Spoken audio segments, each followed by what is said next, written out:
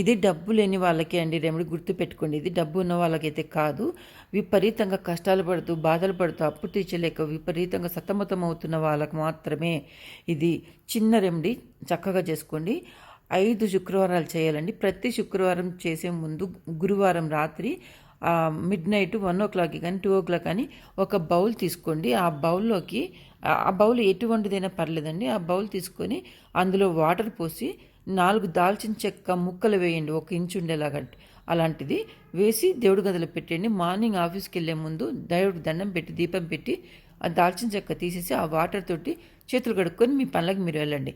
మరీ ఈవినింగ్ వచ్చిన తర్వాత పడుకునే ముందు చేతులు కడుక్కొని అదే వాటర్ తోటి పడుకోండి. ఇలాగా 5 శుక్రవారాలు చేయండి. 1 వీక్ అంతా స్టోర్ చేసుకోండి ఈ వాటర్ని. నెక్స్ట్ వీక్ వచ్చేదాకా చూడండి. నెక్స్ట్ మళ్ళీ గురువారం నానబెట్టి ఫ్రైడే యూజ్ చేయండి. ఇలా మళ్ళీ ఫ్రైడే 5 వారాలు చేయండి. మీకు కష్టాలు పోతాయి, అన్నీ పోతాయి.